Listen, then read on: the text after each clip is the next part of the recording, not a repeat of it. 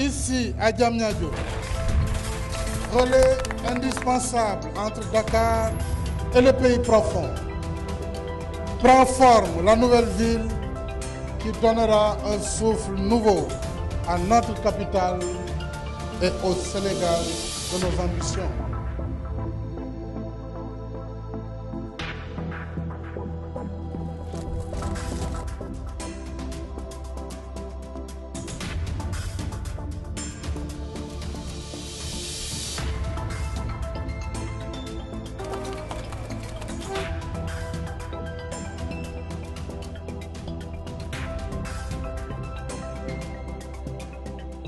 Nous avons un très beau train vraiment à travers ce TER